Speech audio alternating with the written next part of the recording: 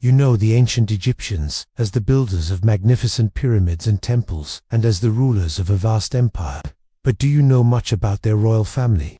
How well do you know the Pharaohs? It's time to test your knowledge.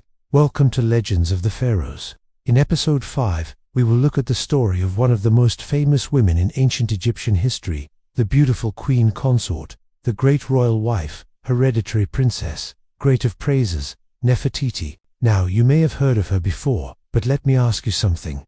When you think of Nefertiti, what do you see? Perhaps you imagine a bust carved out of limestone and painted in vivid colors with a serene expression on her face and a tall vertical hairstyle made out of precious metals. If so, you're not alone. But if you are thinking of an ancient Egyptian queen, then you're only half right. Nefertiti was indeed the wife of a pharaoh, and she had an impressive hairstyle. But there are a few other facts that you probably didn't know. So sit back, grab some popcorn, and get ready to discover the story of the lady whose name means a beautiful woman has come. It's been over 100 years since the bust of the royal wife, discovered in 1913, was unveiled to the world for the first time. This exquisite piece of art sparked quite a bit of controversy when it appeared, because Egyptologists could not agree on who the sculpture depicted. That debate led many people to overlook the fact that the statuette's discovery happened almost a century ago. And this piece of history is only one small part of the story of a royal wife who became Queen of Egypt around 1370 BC, for a long time after her death.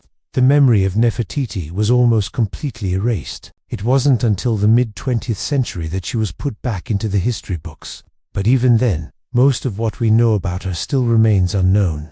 Part of the reason for this is that during the New Kingdom, Egyptian officials attempted to remove all traces of Nefertiti from historical records.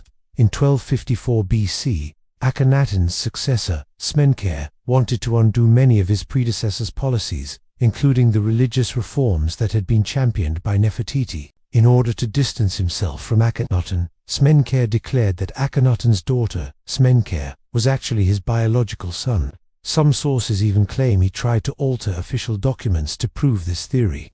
He then took the title the king's daughter, Great of Praises, which was previously held by Nefertiti, and bestowed it upon his own daughter. Historians believe this was done to erase any memory of Akhenaten's former queen. Still, despite these efforts, several clay tablets found at Amarna bear the name of Nefertiti.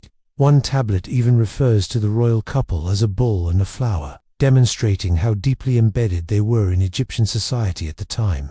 The discovery of King Tutankhamun's tomb by Howard Carter in 1922 helped to spark public interest in the royal line of Akhenaten and Nefertiti. This led to more research into the royal couple, as well as the woman known as the Lady of Grace. Since then, researchers have learned quite a lot about her life, such as the fact that she was born in the city of Thebes and had a stepsister named Najmat. But there is still a lot that we don't know about her, especially considering the fact that she was one of the most powerful women in Egypt at the height of its empire. Here's what we do know about how she rose to become the most influential queen of her day.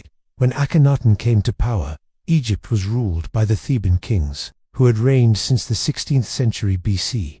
At the time, Egypt was prosperous and enjoyed a golden age of peace and wealth. However, the king's authority was limited, as much of the country's power lay with the priests of Ammon, the chief god of Egypt at the time. Akhenaten decided to challenge this by abandoning the worship of Ammon and replacing it with a new religion centered around the sun god Aten. This change caused a great deal of upheaval, as many of the country's citizens relied on the priests of Ammon for political guidance and economic support.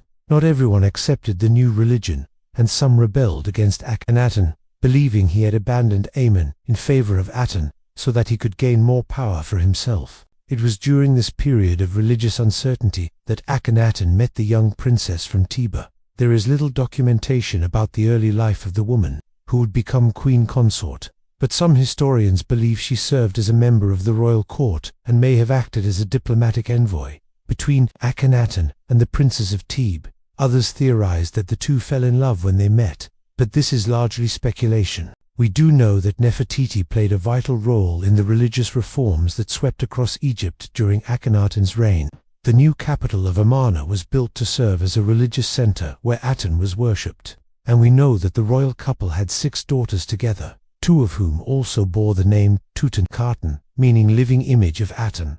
Akhenaten gave up the traditional royal title of son of Ra in favor of a new one, which read servant of Aten. He modeled the new Aten religion after the ways of the Theban kings, giving Nefertiti a great deal of responsibility in both the spiritual and political spheres. This made her one of the most powerful women in Egypt at the time. However, once Akhenaten died in 1336 BC, the royal couple's status was revoked. As mentioned earlier, the new pharaoh Smenkhare sought to distance himself from Akhenaten and erase his legacy as much as possible. This meant stripping Nefertiti of her titles and redistributing her former power among the male members of the royal court. While little is known about the later years of her life, some historians theorize that she lived in relative peace and luxury until her death in 1330 BC. This theory is based on the fact that the royal library at Mana contains several copies of a hymn dedicated to Nefertiti. Scholars believe this hymn was commissioned by Smenkhare as a way to show that he respected his predecessor's accomplishments, even if he did not agree with them. Although Nefertiti was removed from power, the reforms she and Akhenaten enacted continued throughout Egypt, and Aten remained an important god for several centuries after the royal couple's deaths. Their experiment with monotheism, while short-lived, left a lasting impression on Egyptian culture. Nefertiti's legacy lives on through the beautiful bust carved in her likeness, and through the many scholars who continue to study her life and accomplishments today. She is remembered as a powerful queen, who stood by her husband as he defied the Egyptian establishment and changed the course of history forever. So what do you think? Did you know much about Nefertiti before watching this video? Do you think there's anything else we should have included? Let us know your thoughts in the comments below. Thank you for joining us this episode. Be sure to subscribe for more videos like this. See you next time.